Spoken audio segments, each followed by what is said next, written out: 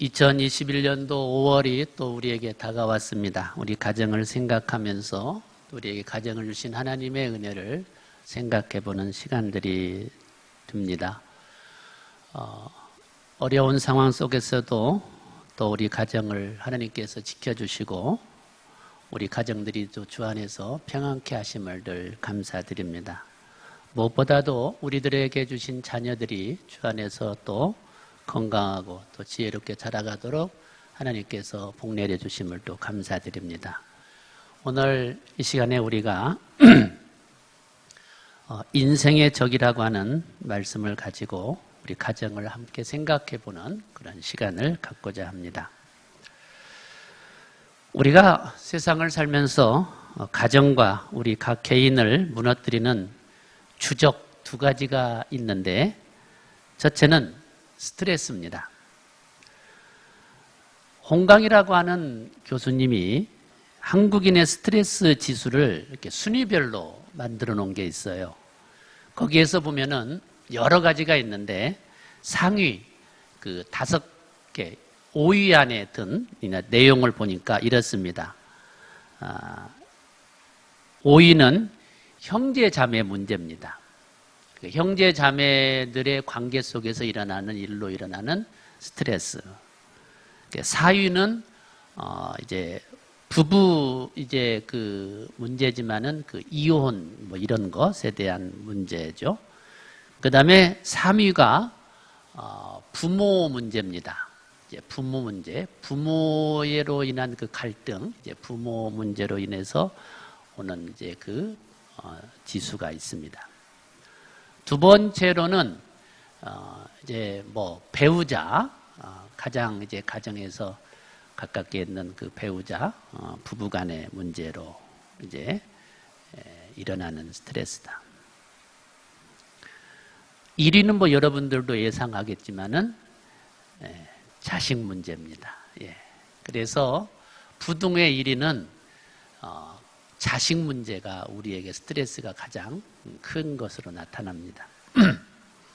여기에 이제 이 내용의 이제 특징을 보면은 상위 5위 안에 든 이 내용이 다 가족 문제라는 거예요. 가족 문제. 그러니 우리의 가정이 어떠하냐에 따라서 우리의 삶의 질이 달라지겠구나 하는 걸 우리가 깨닫게 되는 거죠. 참 현대 시대를 살아가는 우리들에게 있어서 가정의 소중함은 뭐 100번 1000번 말해도 부족함이 없겠지만은 항상 해봐도 어려운 게 또 가정의 문제인데, 우리는 이 가정의 관계 속에서 일어나는 이러한 스트레스의 그 문제들을 또 우리가 보기도 합니다. 두 번째 이제 우리가 우리 가정과 개인을 무너뜨리는 주적이 뭐냐면 그건 유혹입니다. 인류 최초의 가정이었던 아담과 하와의 가정도 가장 완벽한 환경 속에 있었어요. 그러나 바로 다름 아닌 이 유혹 앞에 무너지고 말았습니다. 가정은 삶의 유혹과 또 스트레스를 이기지 못할 때 불행할 수밖에 없다는 걸 우리는 분명히 알게 되죠. 그렇다면 당연히 이것을 극복하면 가정과 개인의 행복이 유지될 수 있다는 것을 우리가 분명히 알게 되는 것입니다. 성경학자들이 뽑은 신약의 가장 이 유혹과 스트레스를 강하게 받았던 사람으로 세례 요한을 뽑습니다. 오늘 성경 본문에 소개되어지는 이 세례 요한은 어떤 사람보다도 유혹과 스트레스를 강하게 받았던 인물로 이렇게 소개를 하고 있습니다. 우리는 오늘 본문에 소개되어진 이 세례 요한의 삶을 통하여서 우리의 인생, 우리 가정과 인생의 가장 그 주적으로 나타나는 이 스트레스와 유혹을 어떻게 극복하고 또 그것을 이겨내는가에 대한 지혜를 오늘 이 성경을 통해서 배우게 됨으로써 우리의 가정이 더욱더 건강하고 또한 우리와 우리 자녀들의 삶이 더욱더 건강한 삶을 살아갈 수 있는 그런 은혜를 우리가 나눌 수 있기를 소망합니다. 첫 번째 생각하고 싶은 것은 사탄은 빛나는 것으로 유혹한다는 사실입니다. 사탄은 빛나는 것으로 유혹한다. 오늘 성경 본문 1장 25절 말씀에 보면 또 물어 이르되 네가 만일 그리스도도 아니요 엘리야도 아니요 그 선지자도 아닐진데. 그래야 지금 이 세례 요한에게 당시에 세례 요한을 보고 하는 세상의 평가입니다. 네가 혹시 그 오신다는 메시아 그리스도냐? 그것도 아니면 우리가 존경하고 사랑하는 그 엘리야냐? 아니면 그 선지자 모세를 의미합니다. 모세냐? 이렇게 그만큼 지금 세례 요한은 당시 군중들 앞에 대단한 그 인기가 있었다라는 거예요. 아무나 보고 너 예수냐? 그러지 않지 않습니까? 특히 그 유대 사회에서 예수, 메시아 또는 모세, 엘리야 이거는 아무나에게 붙여주는 이름이 아니니까 지금 세례 요한은 아마 그 당시에 많은 군중들을 들썩이고 흥분시키는 대단한 어떤 인기몰이의 주인공이 되어 있다는 걸 우리가 알 수 있어요. 그런 지금 세례 요한의 우리가 모습을 보는데 이 세례 요한에게 다름 아닌 이 군중들의 평가가 대단히 지금 세례 요한을 위험에 처하게 하는 상황이 되었다라는 거예요.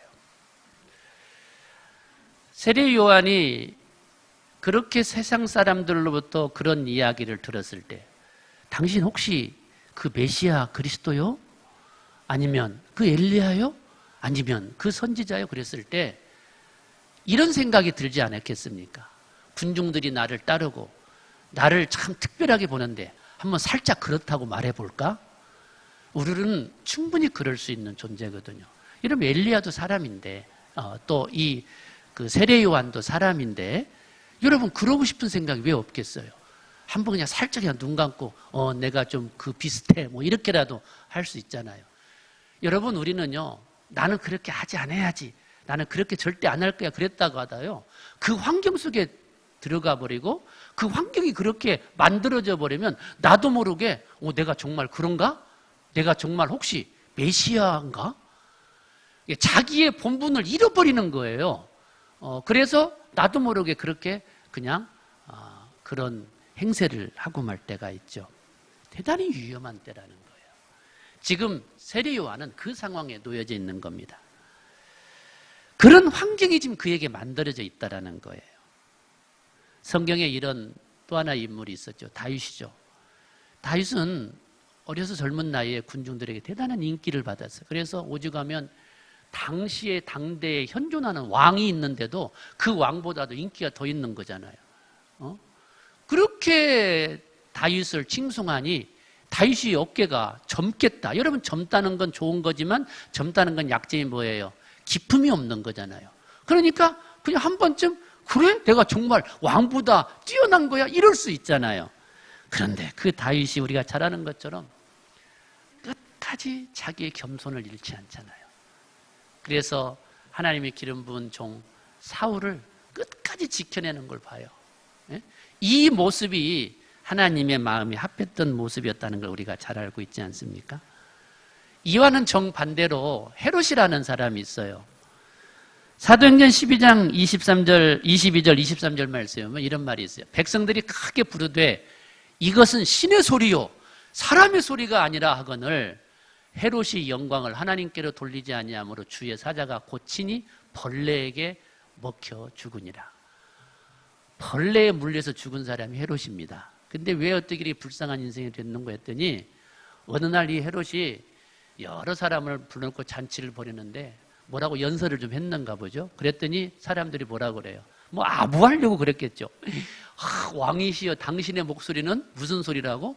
막 신의 소리요 막 이러니 내가 정말 신인가? 이 헤롯이 착각을 한 거죠. 그러고는 겸손을 잃어버렸습니다. 그랬을 때 하나님께서는 그를 벌레로 치셨다고 그랬습니다. 우리가 다윗이 좋지 헤롯은 나쁜 사람이구만 이렇게 평가하기에는 우리 인생이 참 기묘한 존재입니다. 절대 그러지 않을 것 같은데 그럴 수 있는 가능성이 있는 게 우리라는 거예요. 요즘 우리 사회에 일어나는 많은 크고 작은 일들을, 가정에서 일어나는 일 보면서 저런 죽일 인간, 어떻게 저런 일이? 라고 하면서 우리가 분노하고 옆에 있으면 계란이라도 던지고 싶은 그런 마음이 있죠. 그러나 우리는 항상 그걸 보면서 저게 나일 수도 있겠구나 라는 생각을 우리는 떨쳐버릴 수가 없어요. 왜냐하면 그만큼 우리에게 그 죄성이 강하게 있다는 사실이죠. 그래서 다윗이 좋은 사람, 헤롯이 나쁜 사람이 아니라 인간이 그럴 수 있다라고 하는 점에서 그걸 지켜내는 게 대단히 이게 힘든 것이지만 중요한 것이구나. 인생의 성패가 거기에 달려 있구나. 지혜를 깨닫게 되는 것이죠. 세례 요한은 단호했습니다. 오늘 성경에 뭐라고 그랬어요? 그럴지도 몰라. 이렇게 적당히 얼버무려 대답한 게 아니라 No, 아니야 나는.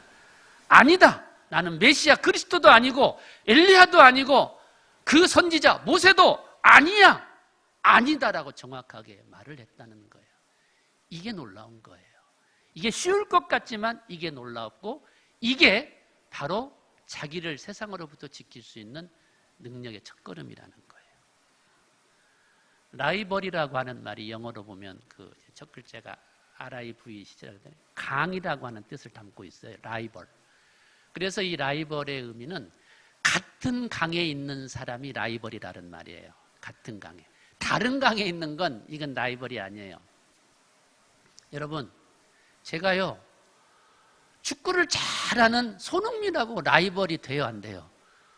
라이벌 될 이유가 없어요. 나는 손흥민이 막 축구에서 골을 100개를 넣든 1000개를 넣든 나는 좋지. 절대 꿈속에서라도 라이벌이 될 수가 없어요. 왜? 같은 강에 있지 않기 때문에. 제가 라이벌이라고 생각한다면 누굴까요? 목사님들이겠죠. 예? 어떤 목사님은 나보다 설교도 잘하고 어떤 목사님은 나보다 실력도 좋고 그들이 나의 라이벌일지언정 여러분 손흥민이 또 수영자라는 박태환이 나의 라이벌이 될 이유가 없는 거예요. 여러분 오늘 그런 면에서 세례 요한이 놓여져 있는 상황이 참 힘든 거예요. 왜냐하면 동시대에 같은 상황 속에서 다름 아닌 이 세례 요한은 누구와? 우리 예수님과 비교되는 인물이 됐다는 거예요. 이게 엄청난 스트레스를 주는 것이죠.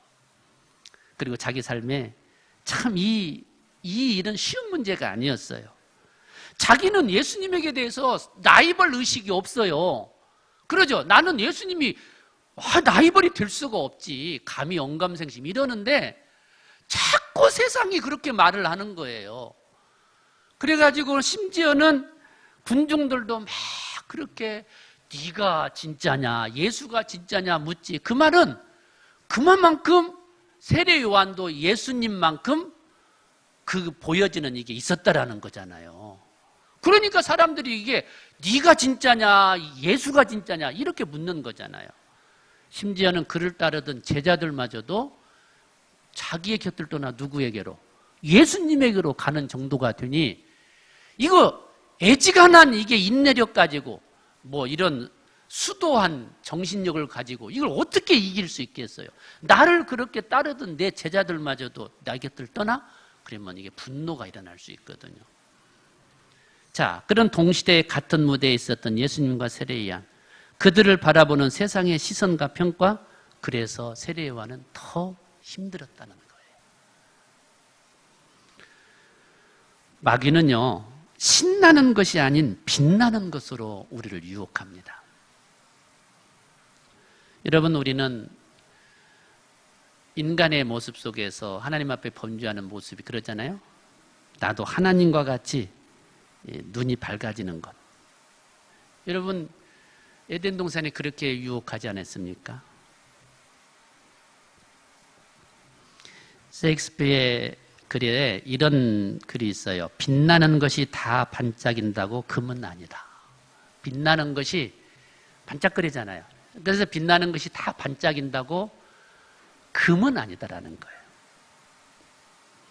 여러분, 우리 식물들 가운데는 참 특이한 것들이 많이 있는데요. 사진을 한번 보겠습니다. 이 파리지옥이라고 하는 것과 네펜테스라고 하는 이 참 보기도 이쁘고 집에다 놔두면 얼마나 이쁘고 좋겠습니까? 근데 이게 말이죠. 이 파리지옥은 말 그대로 파리들의 지옥입니다. 저건 화려함이 얼마나 화려한지 이렇게 보기도 좀 화려해요. 지금 살짝 닫혔는데 확 열면은 너무너무 울긋불긋하고 화려해요. 근데 그 화려함에 파리들이 이러고 갔다가 그냥 입을 딱 닫으면 죽는 거예요. 옆에 있는 저 네펜데스도 마찬가지예요. 저기 이렇게 뭔가 호리병 같이 생긴 저 꽃잎에서 독특한 향이 나오는데 이 향이 얼마나 좋은 향이 나오는지 이 다른 것들이, 이 다른 곤충들이 그냥 저기로 그냥 막 가서 그 향기에 취해서 들어간다는 거예요. 그러면 위에를 딱 닫아버리고 그냥 점액으로 다 그걸 녹여서 먹는다는 거예요. 참 식물들도 보면은 독특한 식물들이 많이 있어요. 근데 이 파리지옥이나 네펜데스 이런 것들을 보면은 그러죠? 화려함으로 유혹하고 향기로 유혹해서 그것들을 잡아먹는 이 식물들을 보게 됩니다. 그러죠? 빛나는 것이 그것이 반짝인다고 그게 우리가 귀하게 여기는 금덩어리는 아니라는 거예요. 그건 때로는 독이 될 수도 있고 나를 죽이는 것이 될 수도 있다고 하는 것이죠. 사탄은 이렇게 우리 인생 앞에, 우리 가정 앞에, 우리 자녀들 앞에 광명의 천사로 나타난다는 거예요. 고린도서 11장 14절 말씀은 이것은 이상한 일이 아니니라. 사탄도 자기를 광명의 천사로 가장하나니. 이걸 우리가 주의해야 되는 거예요.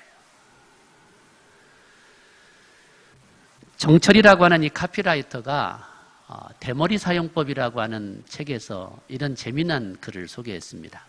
바다는 갈매기의 황홀한 입맞춤에 바닷속 물고기를 잃어버린지를 알지 못한다.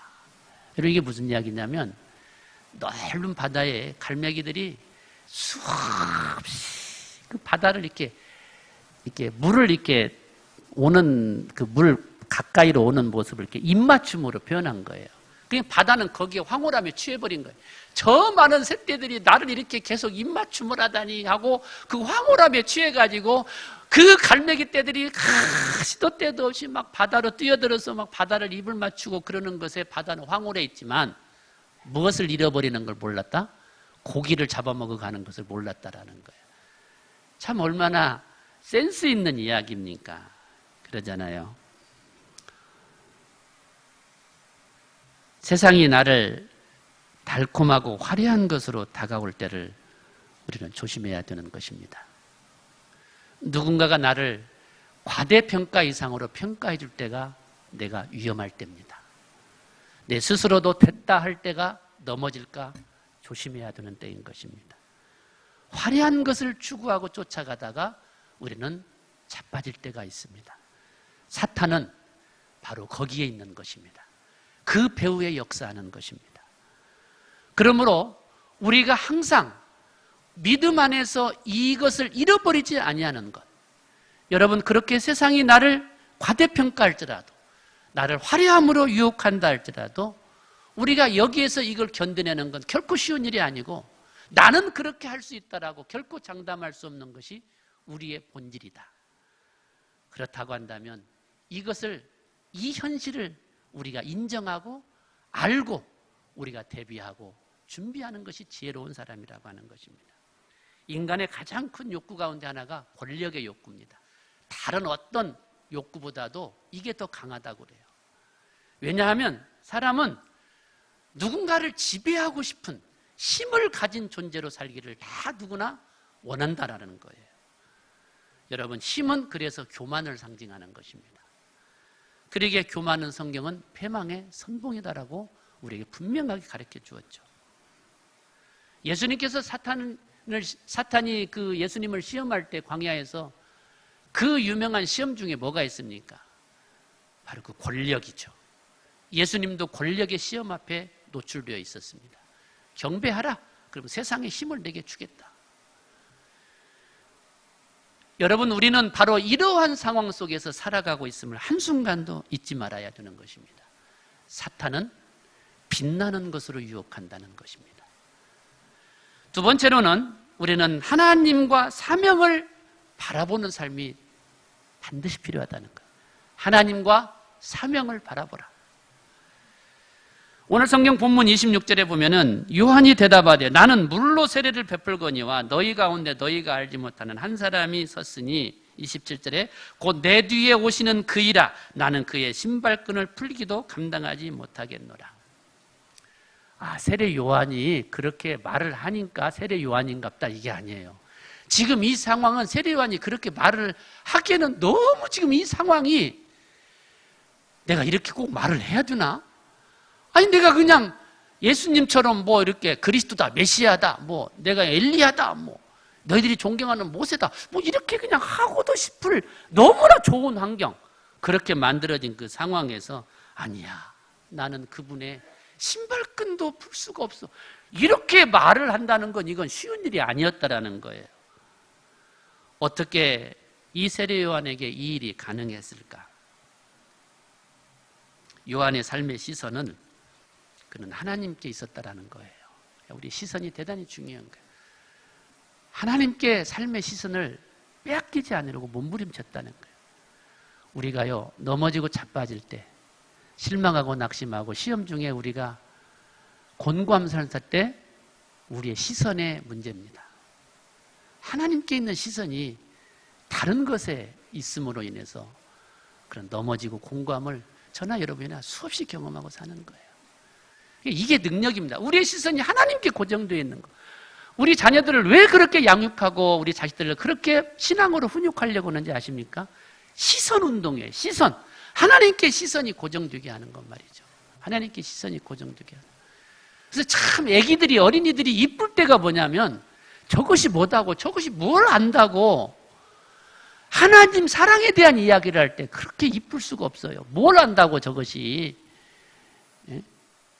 하나님 사랑에 대한 이야기를 해요. 그게 신앙 양육의 축복인 거예요. 신앙은 훈련시켜야 되는 거예요. 가르쳐야 되는 거거든요. 천국이 뭔지 지옥이 뭔지도 모르는 그 아이들. 또 예수님이 하나님이 뭔지 모르는 그들.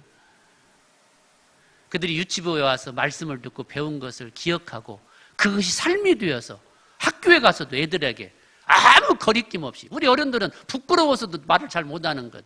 너 교회 가? 안 가? 그러면 큰일 나는데 지옥 가는데 이 말을 할 수 있는 이 아이들. 그게 용기라면 용기고요. 그들의 삶의 지식이라면 지식인데 이게 어디서 만들어졌냐 이거예요. 교회를 통해서 말씀을 배우면서 가르침을 통해서 얻어진 거예요. 여러분 그렇게 그것이 지식이 되고 그것이 삶이 되었을 때 이제 그들이 하나님의 사람이 되는 것입니다. 그래서 교회 교육이 너무나 소중한 거예요. 그런데 사람들이 힘을 교만으로 여길 때 힘을 갖고 싶어하고 힘으로 사람을 누르려고 하는 것들이 오늘 우리 세상 속에 만연하고 오늘 우리는 그 일 때문에 많은 고통을 겪을 때가 많습니다. 그런데 우리가 하나님께 시선을 고정시키는 거 이게 쉽지 않잖아요. 그건 훈련을 통해서 이루어져야 되는 거예요. 무엇보다도 하나님을 바라보면서 동시에 우리는 내게 주신 사명이 무언가를 놓치지 않으려고 해야 됩니다. 일생을 이 사명 위에 사는 거 얼마나 참 아름다운 건지 몰라요. 여러분 세상을 한 해 한 해 살아가면 살아갈수록 더 느껴지는 거예요. 그놈의 사랑관계 그거 뭐다고 그거에 얽매여서 하나님 앞에 예배도 제대로 기쁘고 평화스럽고 이 천국의 맛을 느끼는 예배도 그냥 뭔 썩은 죽 먹은 그 표정을 1시간 동안 얼굴에 간직하고 예배드리는 이 불쌍한 모습을 왜 내가 살았던가 한탄해야 되는 겁니다. 이 인간관계가 무슨 관계라고 말이죠. 내가 하나님을 몰랐다면 몰라도요. 내가 또 장차에 하나님 앞에 갈 인생인데 그리고 내가 무엇보다도 하나님 앞에 특별한 사명을 받은 사람인데 그놈의 인간관계가 그게 무엇이라고 그거에 빠져서 하나님 앞에 예배하는 예배 생활조차도 기쁨과 평안으로 즐겁게 하지 못하면 여러분 이거는요 어떤 것으로도 변명할 수가 없는 거예요. 혹시라도 우리 가운데 그런 분이 계시다면 빨리 자유하시기를 주 예수 이름으로 축복합니다. 아니 누군가가 아니에요. 나예요. 어떤 사람은 그걸 표정으로 나타낼 뿐이지 어떤 사람은 속으로 감추고 있는 나일련지 몰라요. 예배를 드리면서도 속으로 원망과 미움으로 이 예배의 평안과 기쁨을 하나님이 그걸 모를까요? 저나 여러분이나 이것으로부터 자유할 수 있기를 진심으로 소망합니다. 어느 날 이 땅에서 내 생명 거두가시면 끝인 거예요. 후회 안들 우리는 아무 소용이 없어요. 하루하루 생명이 주어진 날에 주를 영화롭게 하고 기쁘게 예배자의 삶을 사는 저와 여러분 되기를 주의 예수 이름으로 축복합니다. 우리의 시선이 주께 있어야 되는 거예요. 그리고 내게 주신 사명을 생각하면 내가 이렇게 살면 안 되지. 이게 우리 안에 있는 것이죠. 내 흐트러진 삶을 살다가도 그래도 내가 목사인데 이러면 다시 또 일어서려고 하거든요. 그래도 내가 장로인데 이러면 다시 일어서려고 그러거든요. 그래도 내가 권사인데 내가 이렇게 개떡같이 살아야 되겠냐. 이게 우리의 남은 최후의 양심이거든요. 이게 뭐예요? 사명이라는 게 사명. 여러분 사명 좋아서 받은 사람 있어요?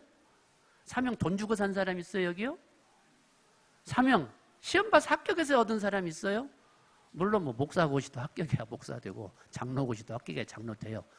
그건 과정일 뿐이지 그것으로 누가 그걸 샀다고 말하겠어요. 여러분 그러니 저와 여러분 마음속에 말이죠. 이 사명이 때로는 나를 다시 정신 차리게 하는 축복인 거예요. 다시 정신 차리게 하는. 남은 몰라도 나는 내 양심이 네가 나에게 이 사랑과 빚을 받은 사람인데 하고 하는 이게 사명의 소리거든요. 그래서 사명은 되게 축복이. 그래서 하나님과 사명을 바라보는 것이 이런 모든 것을 이겨낼 수 있는 길이 될 수 있다는 거죠. 우리 예수 그리스도는 하늘 보좌 버리시고 이 땅에 내려오셨잖아요. 그런데 인간은 뭐예요? 바벨탑을 쌓고 계속 올라가려고 했어요. 이걸 기억하세요. 인간의 스트레스와 그 유혹들은 이 끝없이 오르려고 하는 욕망 때문에 나타나는 것입니다. 하나님과 사명을 바라보는 것은 진리의 생명의 말씀을 바라보는 것과 똑같아요. 내가 하나님을 바라본다, 사명을 바라본다. 그게 구체적으로 뭘까? 진리이신 생명의 말씀을 집중하는 것입니다. 여러분 세상은요 마치 지리밭과 같다는 말을 우리가 많이 듣잖아요. 어디서 터질지 모르는 지리밭과 같다. 근데 인간의 지식은요 지뢰가 어디가 없는가 그 길을 찾는 방법이 지식이에요. 인간의 지식이에요. 그런데 그 길은요 너무나 피곤하고 힘이 든다는 거예요. 왜? 지뢰가 없는 길을 찾으려니 얼마나 피곤하고 지치고 힘들어요. 그러다가 그냥 실수로 잘못하면 지뢰밭 밟아서 터져 죽는 거잖아요. 여러분 그러나 지뢰밭이 그 지뢰밭에 지뢰가 어디에 있는가를 안다면 그럴 필요 없잖아요. 예? 빨간 깃대로 딱 꽂아놓고 거기는 지뢰가 있는 곳 이거 알면 뭐 뛰어다닐 수도 있잖아요. 지뢰밭에 지뢰가 어디에 있는가를 알려주는 것이 바로 내 발에 빛이 되시는 진리의 말씀인 줄로 믿습니다. 인생의 지뢰밭에 지뢰가 없는 길을 찾는 방법보다는 지뢰가 어디에 있는가를 밝혀 보여주는 것이 더 빠르고 안전하다는 말이에요. 인간이 이성과 감각만을 의지하는 것은 매우 위험한 일입니다. 여러분 우리 안에 지금 뭐 일어나는 우리 사이에 도박, 투기, 중독 이거 대단히 지금 우리 가정을 깨트리고 우리 자식들의 삶을 영혼을 파괴시키는 무서운 거잖아요. 여러분 요즘 하도 경제가 안 좋다 보니까 우리 젊은 청년들이 20, 30대 애들이 코인 그 투기에 중독이 돼가지고 막 뭐 요즘 세상 말로 그냥 막 영끌 뭐 그냥 몰빵 이런 걸 통해서 막 뭐 걔들 돈도 없겠지만 뭐 대출 받아가지고 막 코인 사가지고 폭 나가니까 막 자살하고 죽고 이게요. 왜 그럴까 그러지만요. 이게 우리 인간성에 있는 거예요. 이 중독성이 우리에게 있어요. 우리가요 왜 그렇게 도박으로 그렇게 망하나 그러죠. 내가 도박을 안 해서 그 사람들 모르는 거예요. 도박밭에 들어가면 그 사람들 바로 같이 똑같이 되는 거예요. 이게 우리들이거든요. 여러분 그래서요 우리는 우리의 이성과 이 감각을 절대화시키면 안 돼요. 근데 왜 이 투기하고 도박에 빠지냐면 항상 잃는 것 아니거든요. 좀 성공도 해요. 아이고 내가 하는 것이 잘 되네 이러면 사람이 내 이성과 내 감각은 역시 이게 살아있구만 하고 여기에 그냥 침취해버리는 거예요. 그러는 순간 그는 무너지는 줄 모르고 멸망의 길로 가는 것입니다. 여러분, 요즘 우리 자식들, 우리 젊은 청년들 얼마나 이것 때문에요. 아니, 우리는 저쪽 서울 쪽에만 그런 애들이 있는 줄 알았더니 가까이에도 그런 것 때문에 지금 뭐 집을 나가고 뭐 가출하고 뭐 정말 이거 보통 일이 아닙니다, 여러분. 우리는 이러한 시대에 살고 있다는 거 여러분 한순간도 잊어서는 안 됩니다.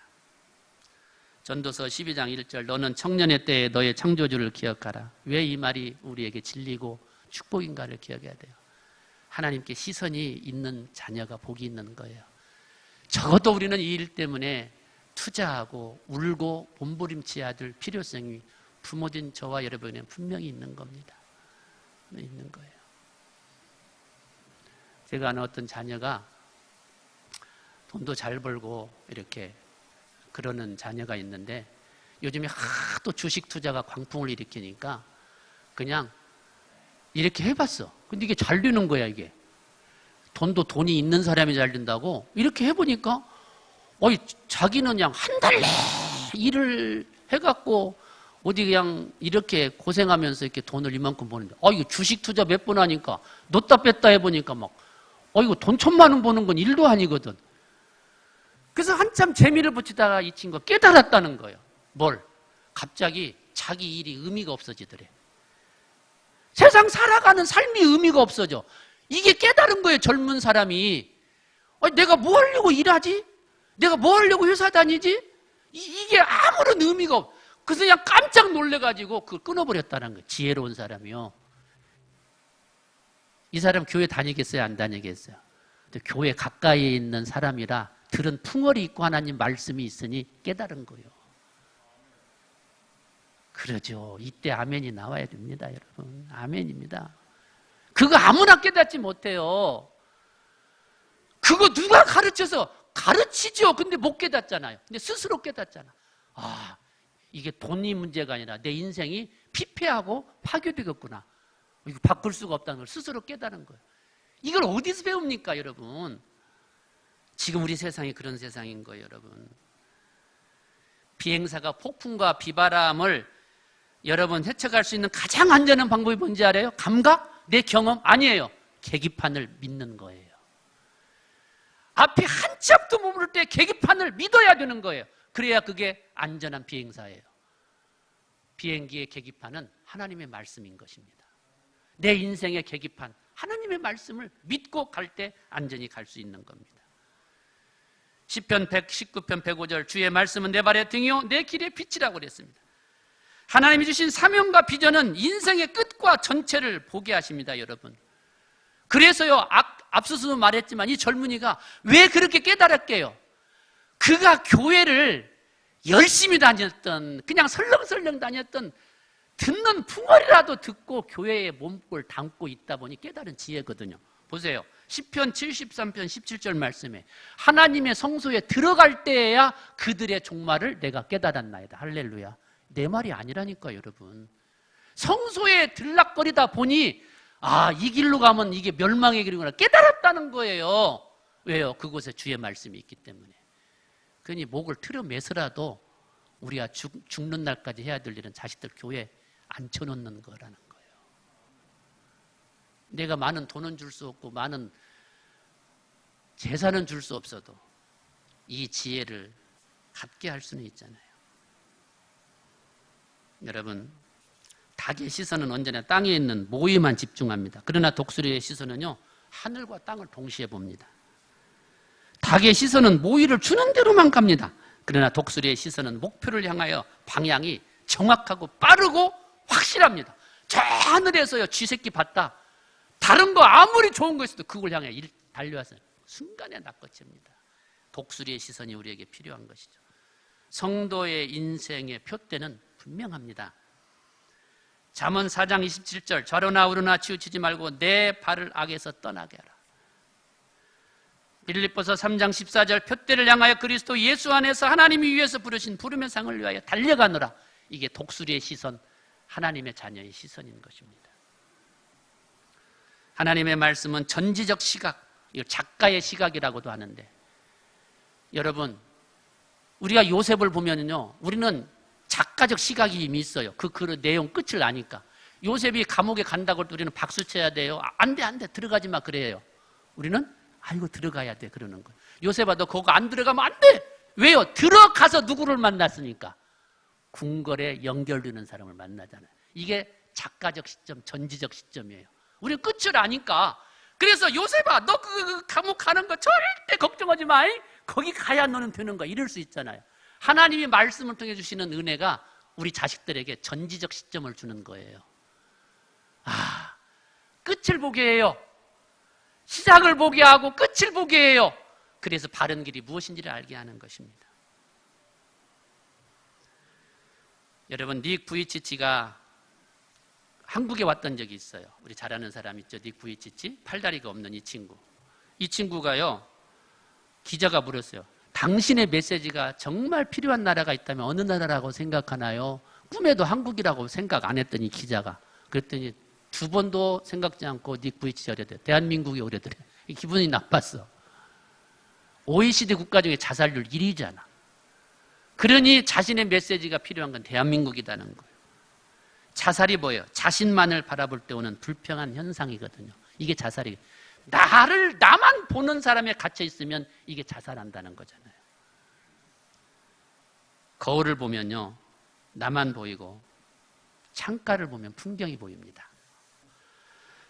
우리가 사명을 바라보고 가는 길은 창가를 보는 것과 같고, 말씀을 바라보고 가는 것은 풍경을 보는 것과 같습니다.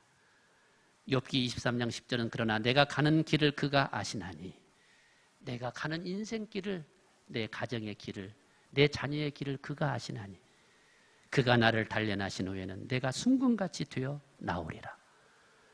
오늘 우리 모두의 가정과 우리 자녀들의 삶이 광명한 천사로 다가오는 사단의 괴계를 분별하고 내 인생의 시선이 하나님의 말씀과 사명에 붙들려 순금 같은 복된 인생, 복된 가정 살아가시기를 주 예수의 이름으로 축복합니다.